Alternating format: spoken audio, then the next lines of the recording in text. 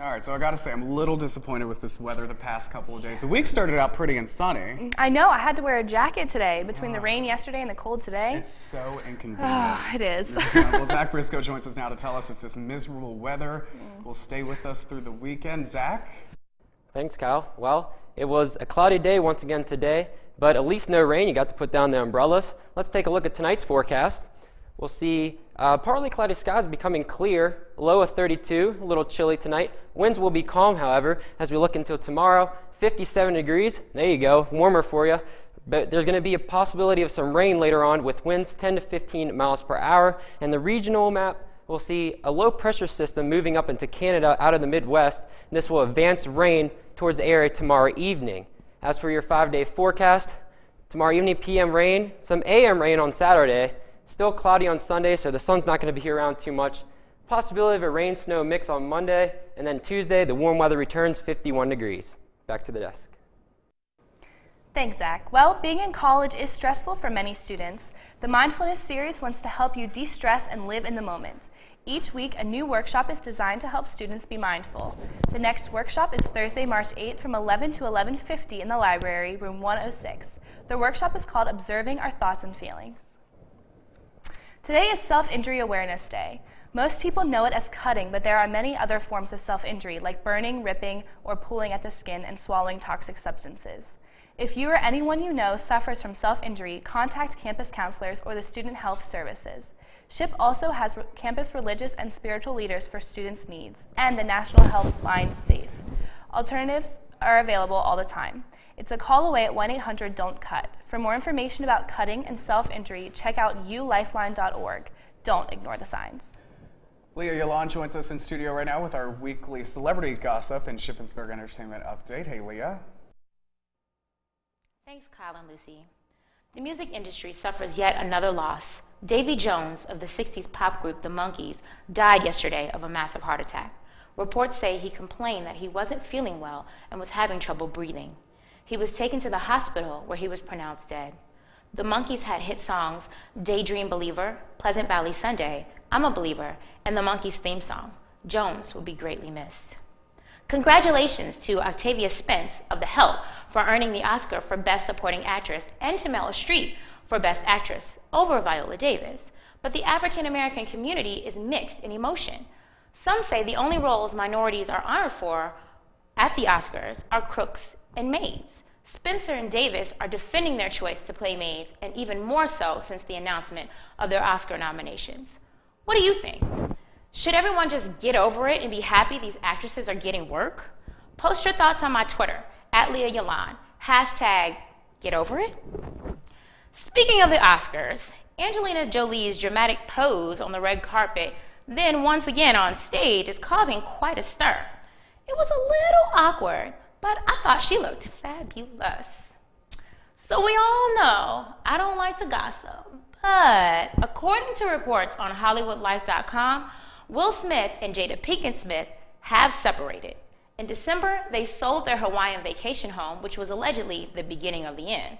Reports say Jada and their 11-year-old daughter Willow are living in LA, while Will and 14-year-old son Jaden are in Philadelphia.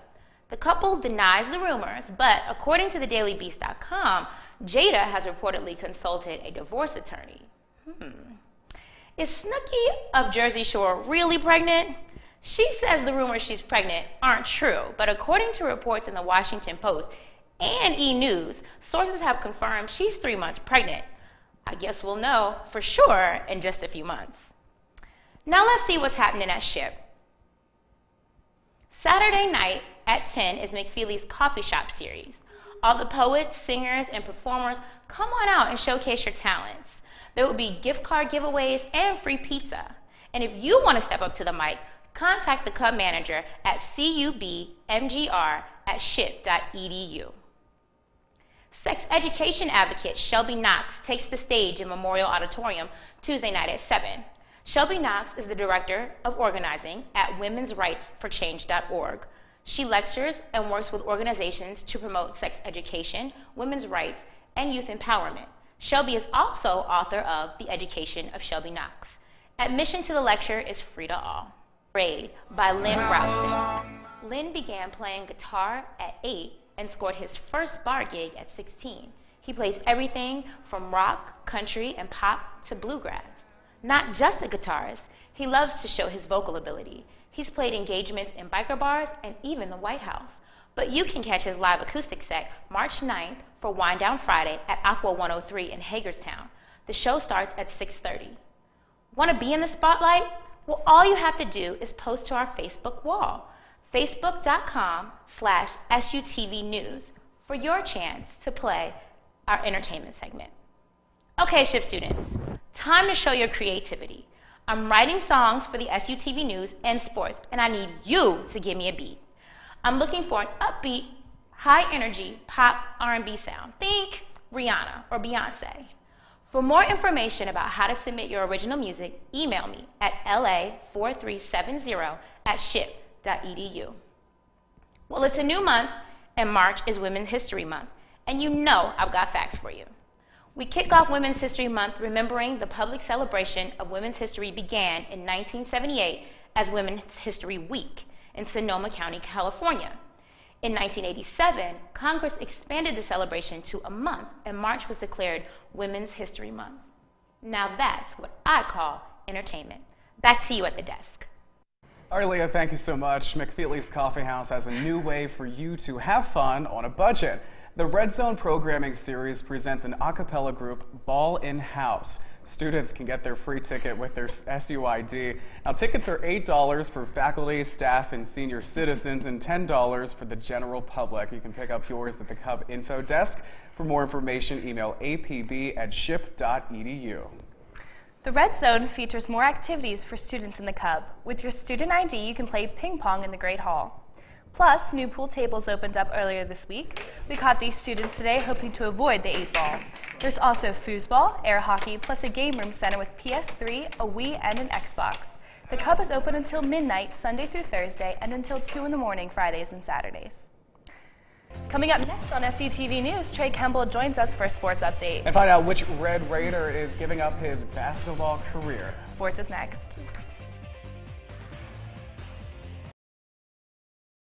Welcome back to SCTV. Trey Campbell joins us right now with Raider Sports. Hey, Trey. Thank you, guys. A lot of exciting things happening, including playoffs and Senior Day in SHIP Athletics. Let's get right down to it. All right. It was Senior Day for the Lady Raiders and Red Raider basketball teams this past weekend. Sean Gallagher has the highlights. Seniors Benet Baker, Lindsey Howard, and Aaron Varley all recognized on Senior Day as the Lady Raiders look to carry momentum into the playoffs by beating the Kutztown Golden Bears.